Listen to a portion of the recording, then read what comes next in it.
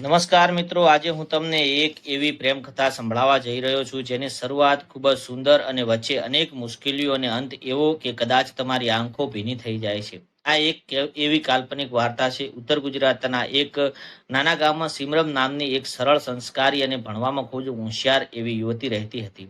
તેના પિતા ખેડૂત અને માતા ગૃહિણી હતા. સિમરનનું સપનું હતું કે તે શિક્ષિકા બને અને પોતાના માતા પિતાનું નામ રોશન કરે. એ જ ગામમાં જીગર નામનો એક યુવક રહેતો હતો. જીગરના પિતા મિકેનિકલ હતા અને જીગર બાળપણથી જ મહેનતુ, પ્રમાણિક અને બધાને મદદ કરનાર હતો. તે ફોટોગ્રાફી અને વિડીયોગ્રાફીમાં ખૂબ જ શોખ હતો. તેનું સપનું હતું કે એક દિવસ તે પોતાનો સ્ટુડિયો ખોલે અને સિમરન અને જીગર એક જ કોલેજમાં ભણતા હતા, પરંતુ બંને વચ્ચે ક્યારેય ખાસ વાત નહોતી થતી. એક દિવસ કોલેજમાં સાંસ્કૃતિક કાર્યક્રમ હતો. સિમરન સ્ટેજ પર ગીત ગાઈ રહી હતી. એ દરમિયાન અચાનક વીજળી જતી રહી. સમગ્ર હોલમાં અંધારું છવાઈ ગયું. થોડી જ વારમાં મોબાઈલની ટોર્ચ ચાલુ થઈ અને ટોર્ચ જીગરે ચાલુ કરી હતી. જેવી સિમરન ગભરાઈ રહી અને પછી બીજા વિદ્યાર્થીએ પણ ટોર્ચ ચાલુ કર્યું. કાર્યક્રમ પૂરો થયા પછી સિમરને પહેલીવાર જીગરનો આભાર માન્યો. આ નાની મુલાકાત મિત્રતાની શરૂઆત બનાવી દીધી હતી. ધીમે ધીમે બંને રોજ વાતો કરવા લાગ્યા અને ક્યારેક લાઇબ્રેરીમાં, તો ક્યારેક કોલેજના બગીચામાં, તો ક્યારેક ગામના તળાવ પાસે. બંને પોતાના સપનાઓ, પરિવાર અને ભવિષ્ય વિશે કલાકો સુધી વાતો કરતા હતા. એક દિવસ વરસાદ પડી રહ્યો હતો. બંને એક જૂના વડના ઝાડ નીચે ઊભા હતા. જીગરે ધીમેથી પૂછ્યું કે સિમરન, જો હું આખી જિંદગી તારા સાથ માંગુ તો? સિમરને થોડી શરમાઈ ગઈ અને તે બોલી, સાથ આપવો સહેલો છે જીગર, પણ નિભાવવો ખૂબ મુશ્કેલ હોય છે. જીગરે તરત જ જવાબ આપ્યો, અને આખી જિંદગી નિભાવીશ. આ દિવસથી બંને એકબીજાના જીવનનો ભાગ બની ગયા. સમય પસાર થતો ગયો. કોલેજ પૂરી થઈ ગઈ. નોકરી માટે અમદાવાદ ગયા. શરૂઆતના દિવસો ખૂબ જ કઠિન હતા. એક નાનકડા રૂમમાં રહેતો, દિવસ રાત કામ કરતો અને દર મહિને થોડા પૈસા ઘરે મોકલાવતો. સિમરન ગામમાં રહી અને બાળકોને ટ્યુશન ભણાવતી. દરરોજ રાત્રે બંને વિડીયો કોલ પર વાત કરતા. બંને એકબીજાને વચન આપ્યું હતું અને સપના પૂરા થયા અને પછી લગ્ન કરીશું.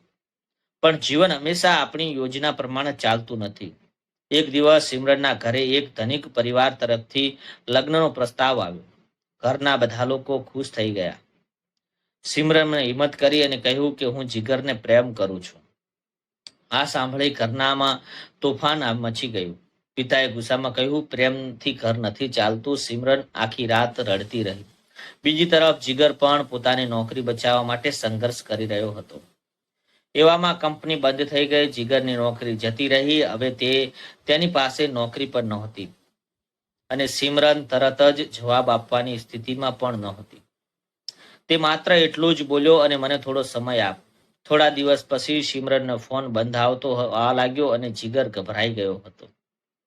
તે સીધો ગામમાં પહોંચ્યો અને ત્યાં ખબર પડી કે સિમરનને શહેરમાં તેની માસીના ઘરે મોકલી દેવામાં આવી હતી. જીગર ઘણી શોધખોળ કરી, પરંતુ સિમરન ક્યાંય મળી નહીં. તેને માહિતી મળતી નહીં અને દિવસો મહિના બની ગયા. મહિના વર્ષોમાં બદલાઈ ગયા. જીગર હારે માની નહીં અને તે ફરી ઊભો થયો અને મહેનત કરી અને પોતાની નાનો ફોટો સ્ટુડિયો ચાલુ કર્યો. ધીમે ધીમે તેનું કામ ચાલવા લાગ્યું. તે સફળ બન્યો, પણ તેના દિવસ સિમરનની જગ્યા ક્યારે કોઈ લઈ શક્યું નહીં. 5 વર્ષ પછી એક દિવસ જીગરને એક લગ્નનું શૂટિંગ મળ્યું. તે કેમેરો લઈ તે લગ્નમાં પહોંચ્યો. દુલ્હનની એન્ટ્રી થઈ. ઘૂંઘટ ઉઠાવ્યો અને જીગરના હાથમાંથી કેમેરો નીચે પડી ગયો. દુલ્હન સિમરન હતી. બંનેની નજર મળી. સમય જાણે અટકી ગયો. લગ્નની ભીડ વચ્ચે બંને આંખોમાં વર્ષો જૂનું દુઃખ, પ્રેમ, મૌન છલકાઈ રહ્યું હતું. સિમરને ધીમેથી પૂછ્યું, તું ખુશ છે જીગર? જીગર હસ્યો અને ખુશ રહેવાનું શીખી ગયો છું. સિમરનની આંખોમાં આંસુ વહેવા લાગ્યા. તે બોલી, મેં તારી રાહ જોઈ હતી, પણ સંજોગ સામે હારી ગઈ. જીગરે જવાબ આપ્યો, કેટલાક પ્રેમ અધૂરા રહીને અમર બને છે.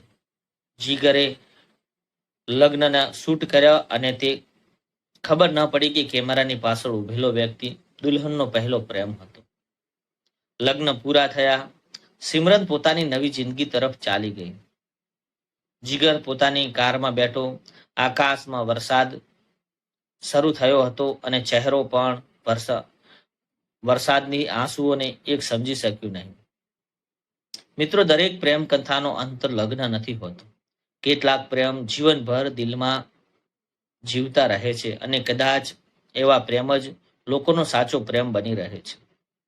આ વાર્તા તમારા દિલને સ્પર્શ કરી હોય તો વિડીયોને લાઈક કરો, ચેનલને સબસ્ક્રાઇબ કરો અને કોમેન્ટમાં જરૂર લખજો કે સાચો પ્રેમ ક્યારે મરતો નથી. ધન્યવાદ મિત્રો. મળીશું હવે એક નવા વિડીયોમાં.